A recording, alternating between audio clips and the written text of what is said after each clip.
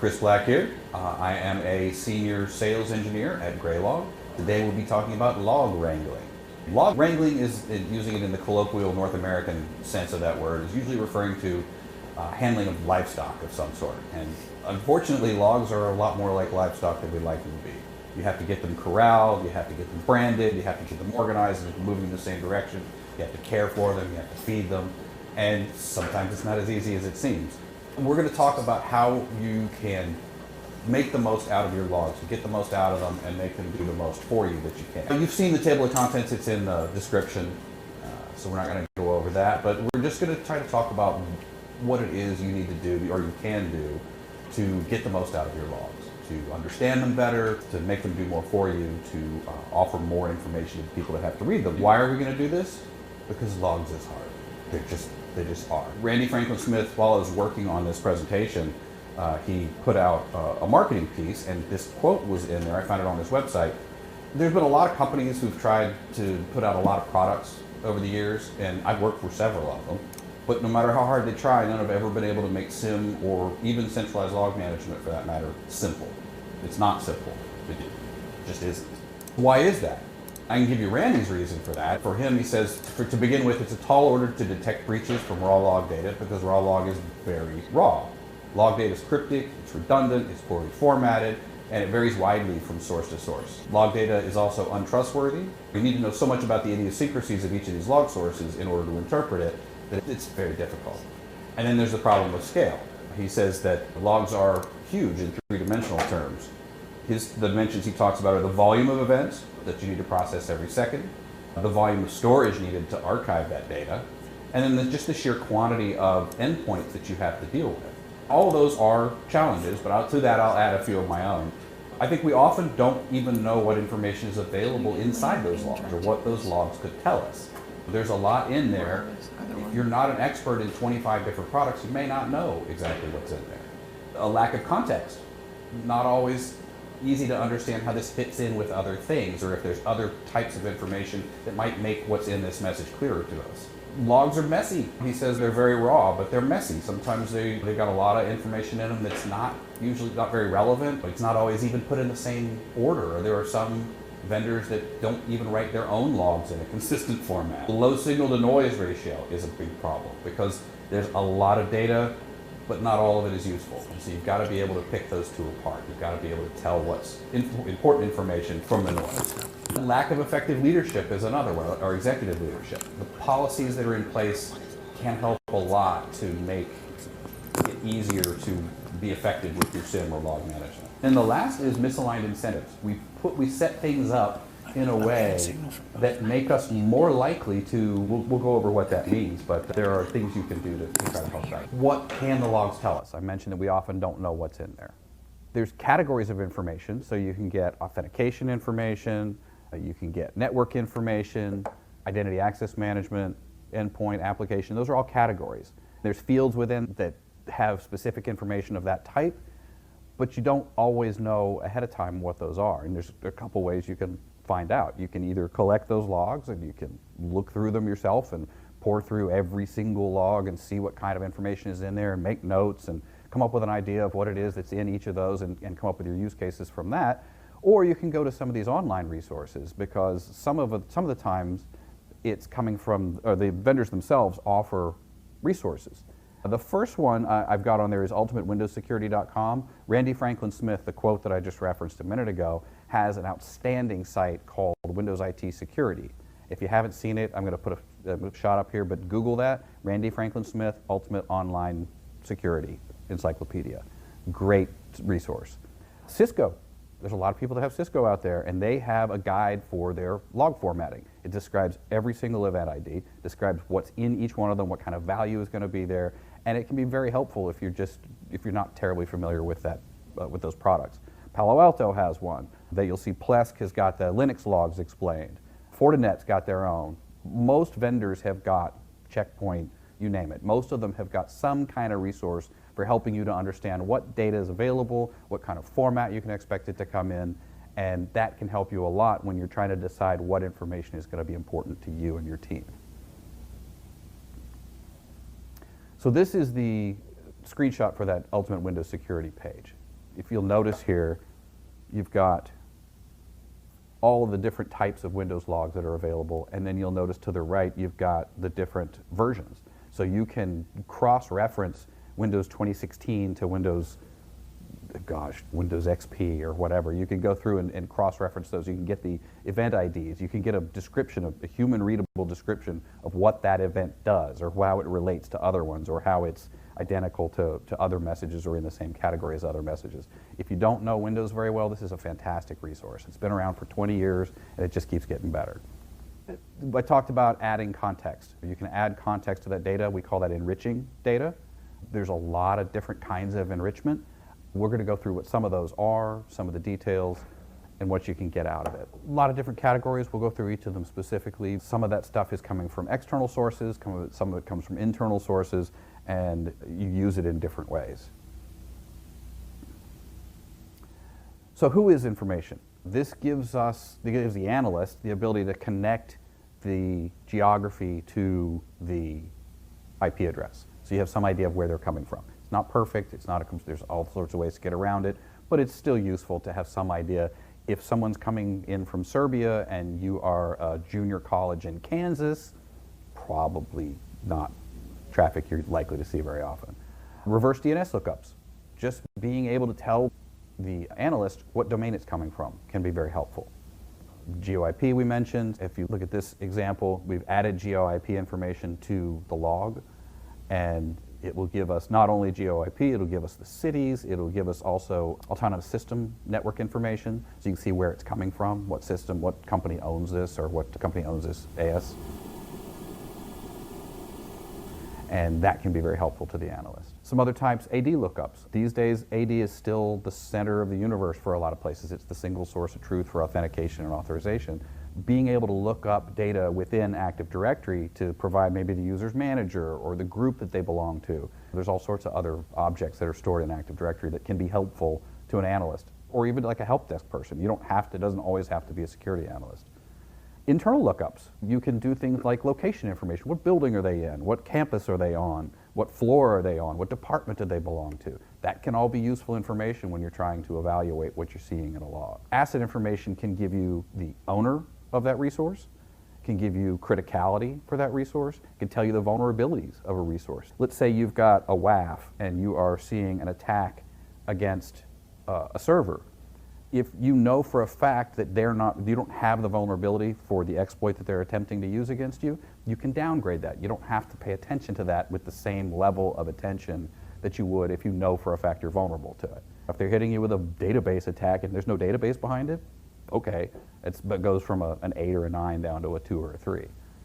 You can make everybody's job a whole lot easier by adding information to it. The last one, this is always the sexiest, is threat intelligence. There's two types of threat intelligence people talk about. Indicators of compromise, where I'm going to have a list of IP addresses or a list of domains or a list of hashes or something like that's going to give me something I can match against. I store them in lists, and everything that comes in, I check every IP address against that list, or check the domain against that, or have malware hashes so that I can see that this is in fact the malware that's been going around.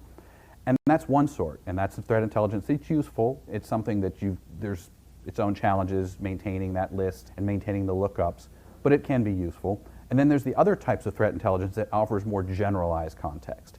And that's the threat actors information, the campaigns. A lot of times you'll see these in threat intelligence platforms where you may get from them the list of indicators of compromise, but when you find one, you then click on the link and go to investigate that, and you'll see what that IP has been associated with as far as campaigns, which threat actors have used it. All of that information can help you when you're evaluating an attack to see if this looks like something that's been seen before. If you are part of the target for this threat actor, usually goes after nation states, and that they're going after you, then maybe it's not that threat actor. Or maybe if they focus on utility companies and you are a sausage factory or something like that, you may be able to get useful information from that. The problem with enriching data, after all those things, I gave you a list of 6 or 8 things that you could add to it. The problem is you add that to the logs and then you pay to store them. That can cause what I call log bloat, but it can cause those logs to be much bigger than they were when they were collected, and you have to pay not to just collect it, but you have to pay to store it over the long term. So it may be that's not the best way to do it. It may be like with Graylog, where we offer something we call decorators. And decorators are a way to add that information on the display and let the user see that information, but not append it to the raw logs. It ensures the integrity and the originality of the original log data. It also gives that context that's useful to users, and it's more user-friendly so that they have to go fewer places to get the context they need to evaluate what they're looking at. And decorators are something that I don't see in a lot of other products, but it is extremely helpful if you don't want to store that data. In addition to enriching data, and I probably should have put this before you enrich it, because if you enrich it before you parse it, it's a lot less useful. But you do have to parse data. This is usually a point of pain for a lot of people because the vendors do make these logs so messy. They often don't put them in a consistent format, or if they do, they don't follow the rules. Yes, there's an RFC for syslog. No, we don't follow it. Parsing that data can be a challenge. Why would you want to? Why do you care? If it's that much work, why do you care? What do I get out of it if I put the effort in? The answer is you get simpler queries, you get faster searches, and it sucks less to have to use it. The reason I say that is this is an example of an unparsed log. Okay? It's structured. That's not too bad. It's not like you got to pull it apart with regex, but it's not that easy to find what you're looking for. You'd have to go through here and pay very close attention to go find the key value pair that you're looking for and pull out the information that's relevant. Writing a query against this would be difficult at best. So would you rather look at a log that looks like this or one that looks like this? Because this is what it looks like when you parse it. You put it in nice, neat fields. You can scroll up and down. You can write queries looking for one specific thing. You can aggregate them. You can graph it, make pie charts out of it, bar charts to your heart's content. And it just makes it so much easier. In Graylog, you've got a couple of different choices about how to do your parsing. The first is using inputs. We have a number of inputs that have the format built in. If you're using a Ceph input, it's using the common event format. If you're using the Guelph input, it's using the Graylog enhanced log format. If you're using Palo Alto, some are tied to specific products. Palo Alto, we've got the parser attached to the input. Other products, we don't parse them on the inputs. We use our Illuminate content. So if you are an open source user, you may not be familiar with Illuminate. If you're a commercial customer, then you are familiar with Illuminate because you get that with your product. Illuminate is a series of parsers.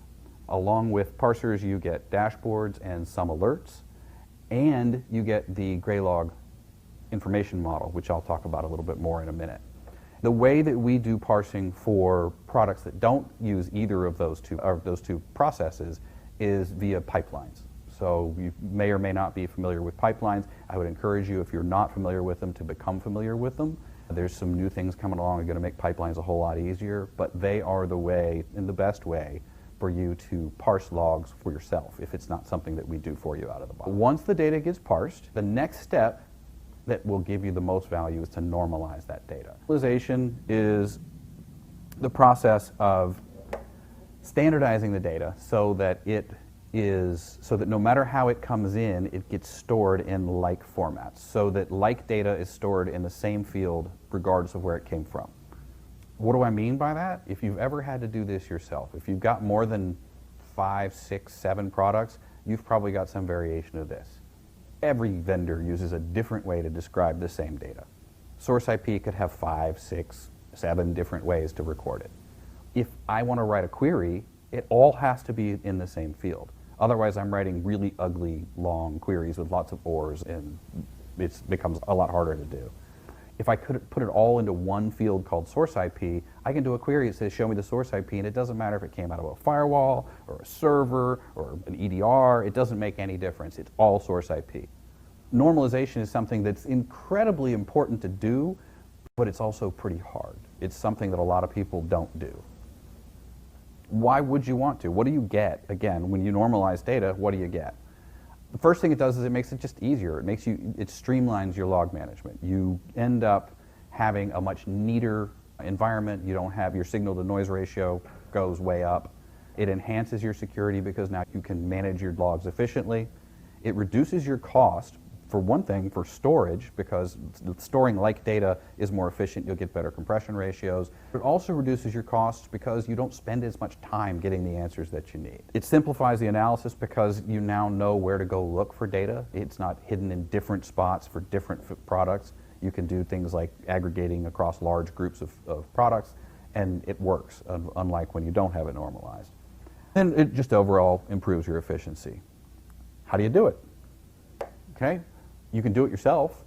If you've ever tried to normalize data yourself, it is a project. It is something that most people do as an ongoing project, and it's something that they never quite finish, because just as soon as you get them all normalized, somebody wants you to add another one, and then you got to normalize that one into it. And there's a lot of work that goes into it. Or you can have your vendor do it. And in the case of Graylog, we have a schema that you can see at schema.graylog.org called the Graylog Information Model. You'll hear me call it the GIM, but that's just shorthand. The Graylog Information Model is our schema, and it is fields and the category information, which I'll talk about in just a minute, that we use to normalize our data. So when it comes in, if you're using Illuminate, we apply this normalization scheme to every single message that comes in. So no matter what they store source IP as, we're going to map it to source IP, or src_IP, or dest_IP, or whatever the case may be. And we're going to do all of that for you, which is a huge advantage, and we do it on the way in the door. We don't wait till after it's come in to try to do it. You have to, in the way that Graylog works, you've got to do it when it gets in there. So we're using pipeline rules and things like that to normalize that data for you. And I wanted, if you go to schema.org, you'll see this. This is just an example of some of the fields that we've created. You see a number of different fields, and you'll see the field type, you'll see the some sort of an example value. And so this can give you an idea, before you've ever seen these messages, where the data is likely to be and what kind of data is likely to be in it. For those products that you don't see the event messages very often, if it doesn't happen unless something bad happens, then you can at least have some idea where it's going to be stored and what it's going to consist of. I wanted to point this part out. Remember I mentioned the Graylog Information Model. If you'll forgive me, I'm going to get a little bit meta on you. By that I mean that in addition to normalizing these fields, we are actually adding metadata for context. And this is all about providing context. This allows two things. An analyst can write queries that cross all devices, regardless of silos. Doesn't matter if it's a firewall or a server or a switch. For example, you could ask for all failed logins from a user and get every attempt on every single system that user touched. Centralized, distributed, doesn't matter. If it's authentication and it's had this schema applied to it, it's going to show up as in an authentication request. And these categories, you'll see, and I'm going to talk about it a little bit in a minute, you've got categories, you've got subcategories, and you've got event types. Categorizing data can give the analyst, at a glance, an idea of what any individual message is. If you're an analyst that's got 30 products they're responsible for, you can't be an expert in every single message. You cannot see every single message, and you don't know what the messages mean necessarily the first time you look at them. So without having to go look them up, that categorization information is within the message itself. Okay, so it's a human-readable description that will make it a whole lot easier for you to know, oh, that's an authentication message, or that's an identity and access management change, or something like that, network message. This is just an example of what those categorizations look like. You'll notice the subcategory is authentication default, and then the event type is it's an authentication message. Name resolution DNS request is a DNS query, etc. And so this just makes it a lot easier to understand what you're seeing. You can also write queries that show me all authentication, all IAM object create events. Every time a user was created on any system. That's a difficult query to write if you don't have something like that. This metadata gives you better understanding of what you're looking at, gives you a 10,000-foot view of the logs that you've gotten, so that you can write queries that cross these categorical barriers rather than sticking product by product the way that you may be used to doing. Reasons you might want to reduce your log volume. You might just want to refine what gets produced. You don't want to put out messages like if your network team puts Cisco devices on informational, you're going to get a whole bunch of messages, builds, and teardowns. That might or might not be useful to you. If you don't use them, then you're generating 50% more traffic than you need. You can reduce that. It's not going to do anything. You're not going to have any less capabilities because you weren't using it to begin with. That kind of goes into the second one, which is to filter out noise.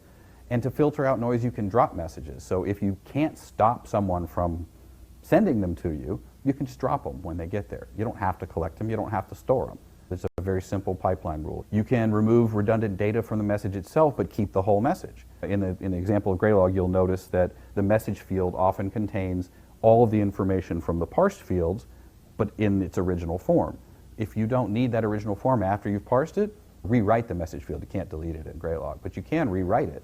And then you reduce the size of that message. So when it gets stored, you're storing the parsed data. Even if you've got compliance that you have to meet, that's still the original. You can show them how the data was processed and how it was changed and how it still contains the same information that it did in its original format. And that'll get you past most audits. You can remove fields. If you don't need that field, if the example I get is a lot is stack traces. If you are not a dev, but you have to monitor the dev systems, there may be 3 or 4 fields in that message that matter to you, but the bulk of the message is a blob of text that takes up one field. If you don't need that data, delete it. The way that Graylog does that, though, is, as I mentioned for parsing, is also through pipelines. So pipelines are the way for you to not just enrich your data, but also trim your data should you need to, or drop your data if you need to. So here's an example of one of those pipelines. I'm not going to go into real detail, but you'll notice at the bottom that you've got it putting it into a stream, taking it out of a stream, and then removing a field, full message, because in this case the full message field contains another copy of that message. By dropping the full message field, you reduce the size of that message by half. That's an example of a pipeline that would do that for you. Organizational policies. This is not something you usually associate with a technical talk like this, but this is a big deal for teams who have to do this because organizational policies are equivalent to air cover. When management tells other groups that you don't control how they have to do things, it's easier for you to align with the company's business. If it's you saying that, it's just the security team or it's just the ops team. Nobody wants to hear that. You know how politics are in organizations. They will frequently just say no because it's not their idea. So having a policy that dictates how things need to be done can make your life easier. They can set up the conditions that everybody has to follow so that when it comes time to do that, you don't have to fight with people. It doesn't seem like it's personal. Your information security policy, this is where the policy is set that requires logging for the organization. If nobody requires it, somebody can push back on you and say, I don't want to. It's going to interfere. I don't want to do that. Data classification. If you want to set priorities, if you want to know what's important and what's not, criticality is something that has to be done. And data classification is how you get that criticality. Somebody has to decide this is important, this is not so important. The incident response plan. If you have the SIM or the log manager, you're going to be a big part of any incident response. So you need to have policies written that says how they're going to interact with you, how you're going to interact with them, what kind of responsibilities you have in the IR process, who's got access, well, that sort of thing. And that incident response plan will give you a lot of that. Access control policies, so dictating the information that's needed to properly monitor access control events. If the policy dictates that all failed logins will be logged, that settles the argument for you. You never have to have that argument with anybody. If there's some other access control detail, you can put that in there and it's not something that you then have to fight people over. Vendor security policy is another one where vendors and their products or services, you can dictate before you've ever bought anything what kind of logging has to be available. If they can't make that, then they just get eliminated from consideration. Network security, cloud security, same thing. You set the conditions of what needs to be logged and how. And so it comes from the top, it doesn't come from you, and so when you're in discussions with groups that don't report to you, you have, like I said, air cover from above telling people what they have to do and imposing the requirements on them so that you don't have to be the bad guy. The last thing we're going to talk about is feedback mechanisms. Feedback mechanisms are meant to address something that we see all the time. It's not at all uncommon for one group to be responsible for logging, but everybody else gets to consume it. I don't know if you've ever heard of the tragedy of the commons, but it's a classic problem in economics and environmental science that arises when a shared limited resource is overused or it's depleted because individuals consume more of the resource than is sustainable for the group as a whole. In the absence of effective management, individuals that act in their own self-interest, this is entirely because it's what's good for them, they tend to deplete or degrade shared resources, and it ends up making it a negative outcome for everybody. Logging, it's not uncommon for one team to be responsible for doing the logging and buying the logging solution and implementing the logging solution, and everybody else just consumes it. Guess what? they want to send everything they've got to that logging solution. Why? Because it doesn't cost them anything. It's free. As far as they're concerned, it's free. They don't have to fight for the budget. They don't have to argue with anybody. They don't have to deal with the thing falling over all the time. They just want to use it. And it's in their interest to log as much as they can. But when they do that, you're going to end up crippling your log management solution. And it happens all the time where people, they knock over their own logs with some of what they're collecting. You've got to come up with some sort of a feedback mechanism, something that will cause them to regulate themselves. Because you can't go around being the log Nazi and just making everybody stop. You need to stop logging that. That's not going to be an effective way to manage it. You need to have something that will cause them to constrain their own behavior, to limit what they do, and to prioritize what they do. So that it's not just a big dump. Last year we had a guy who lectured on log toilets, if everybody remembers that. It becomes a log toilet, and it's not a good thing, and nobody gets anything out of it, and they will hate the log solution if you do it that way. They'll hate you too, but that's a different question. Chargebacks are the way that most places do that. Chargebacks is a concept, a way of calculating how much of that resource each group is using. If the dev team produces 75% of the logs, well, the dev team should probably pay for 75% of the solution. When you go to buy it, you split it up according to who's going to use it and what fraction of it they're going to consume. You may not get to do that out of the gate. You may not know up front, but when it comes time to expand it, if 75% of that data is coming from one group, that's who should be paying for the lion's share of the expansion cost. And you have to be able to track that somehow. Fortunately, we've got this nifty visualization that will allow you to chart that. And you can grow, and I made some arbitrary teams, but in your group you can create streams. In this case we use streams to do it. And you can track what fraction of the logs come from each group.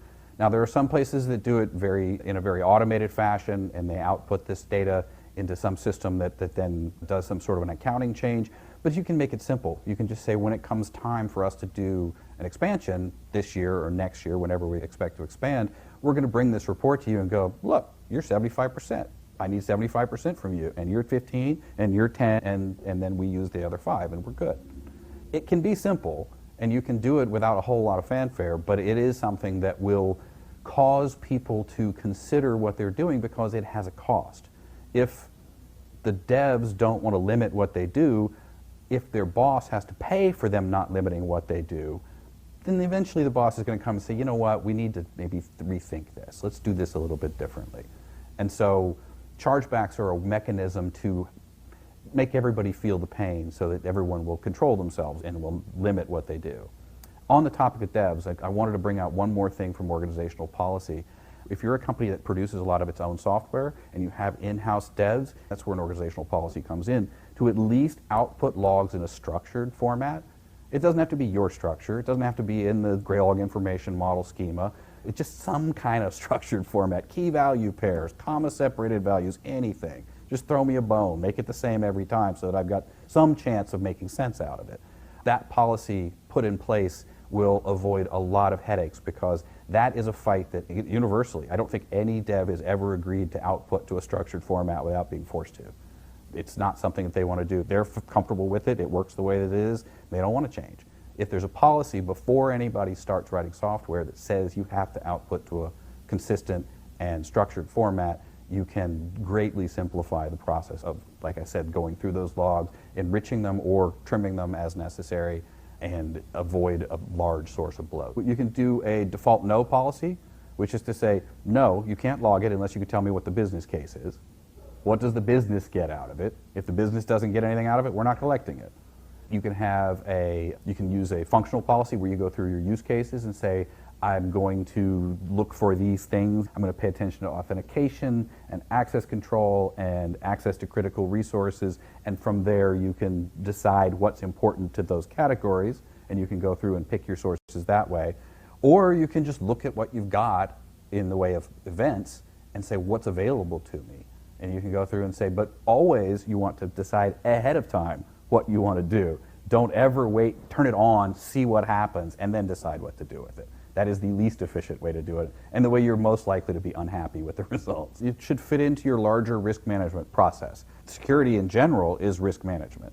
You should look at the things that represent the greatest threat to you, the things that would impact your resources, your most critical resources, or cost you the most money or the most interruption or whatever. Focus on the things that have the greatest harm and decide based on that rather than necessarily based on likelihood or on, because if it's very likely but it doesn't hurt, who cares? That shouldn't be one of your top priorities. Just because you can do it, that's the worst way to choose it. You don't just pick it based on what's there. You try to find information that helps you. You've got to know what your resources are. You need to know what your threats are. You need to know who's likely to be trying to exploit them and what that's going to look like. You can work backwards from there. I wouldn't do it necessarily from CVEs because that's rather granular, but you can model your threats and say, what are the kinds of things people are going to do to us?